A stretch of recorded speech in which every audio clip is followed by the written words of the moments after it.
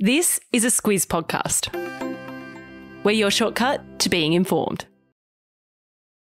Squiz Kids! It's your daily news fix. Fun, free, fresh.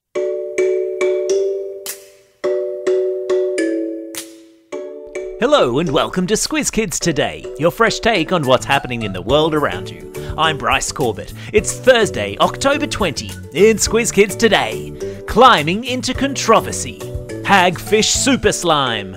Teen Tinnie to the rescue, and the car that crashed into Japan's oldest loo. That's what's making news, kids style.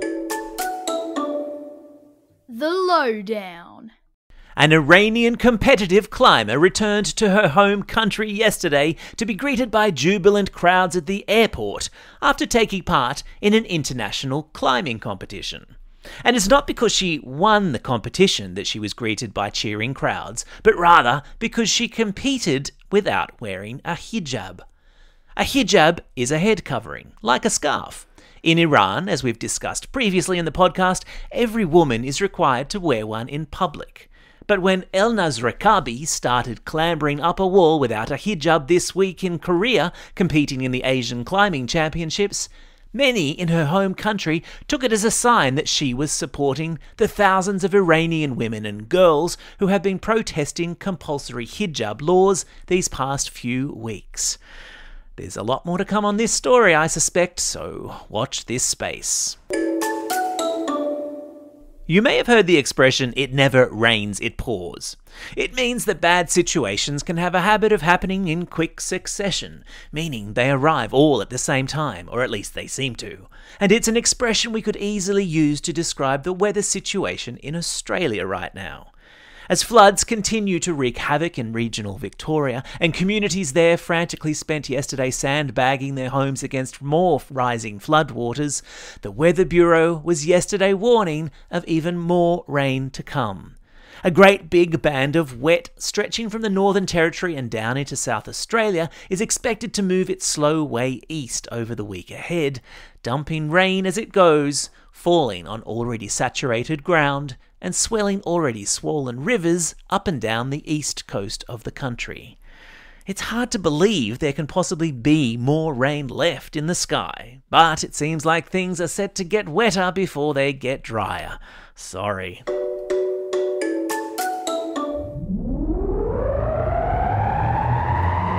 Spin the globe. Each day we give the world globe a spin and find a news story from wherever it stops. And today we've landed in Japan, where a man has accidentally driven his car through the door of the country's oldest toilet. The public toilet inside the grounds of the Tofujuki Temple in Kyoto is thought to be the oldest in all of Japan, dating back to the 1500s. And on Monday, a man who ironically enough works for the government department whose job it is to protect historical sites, accidentally put his car in reverse instead of drive and smashed down the dunny door. Luckily, there was no one inside using the toilet at the time of the accident. Imagine the shock if you were on the loo and a car came smashing through the door. It would give you a wee fright, wouldn't it? Whoops, there's the dad joke alarm. I'll get back in my box. Animal Kingdom. Have you ever heard of the hagfish? No, until today I hadn't either. It's a weird eel-like super slimy fish that lives deep down in the ocean.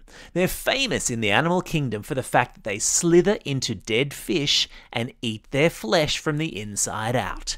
Gross. They're also famous for the super sticky slime they produce to ward off predators.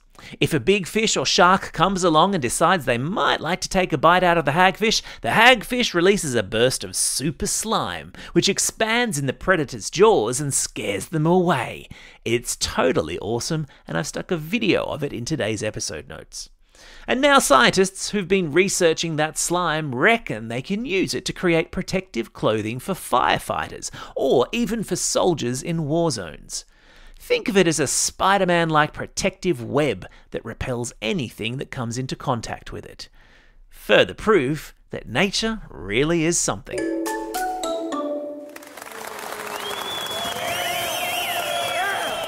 Squiz Kids salutes. Unless you've been living under a rock, you'd know that half of Victoria is underwater at the moment. Okay, so maybe not half, but floods are ravaging parts of regional Victoria, causing all sorts of mayhem. And so we thought we'd pause for a moment and celebrate a good story to come out of the Victoria floods. And this one's the tale of two teenage mates who have been using their tinnie, which is boat speak for an aluminium boat, to run up and down the Goulburn River that runs through the towns of Shepparton and Mooroopna, rescuing people stranded by rising floodwaters. The two mates were so overwhelmed by the number of people needing help, they called on a couple of other friends to bring their boat to the party too, and over the course of 11 hours, the team of impromptu rescuers ferried more than 50 people and their pets to safety. The Rescue Tinnie team of Shepparton, Squiz Kids salutes you. Time for the Squiz. This is the part of the podcast where you get to test how well you've been listening. Question number 1. What's the name of the fish that releases a gooey, sticky slime when it's attacked? Yeah, that's right, it's called a hagfish. Question number 2. Which country does competitive climber Elnaz Rekabi come from? Yes, that's right, she's from Iran. Question number 3. In which country did a man accidentally reverse into an ancient toilet door? Yeah, that's right, it was in Japan.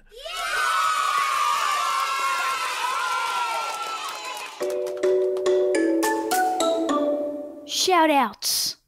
It's October 20. Only 65 days to Christmas, my friends. Woohoo!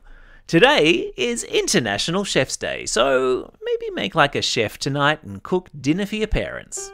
It's also a special day for these Squiz Kids celebrating a birthday today. Nithy from Springfield, Ollie from Abbotsford, Hugo from Bronte, Izzy from Mossman, Magnus from Runaway Bay, Mason from Warrnambool, Bronx from Wagga Wagga, and Drishti from New South Wales. And belated birthday shout-outs go to Ashton from Mildura and Lane from Carlton. And classroom shout-outs today go to Class 5-6B and Mr Barrett at Petersham Public School, Class 5H and Miss Hill at Lane Cove West Public School, Class 3-4 Ryan and Fletcher at Trevellyn Primary School, Years 3 to 6 and Miss Maha at Mount George Public School, Year 4 and Mrs Cale at Hornsby North Public School, and finally to the Year 6 students with Ms Hill at the Australian International School in Vietnam.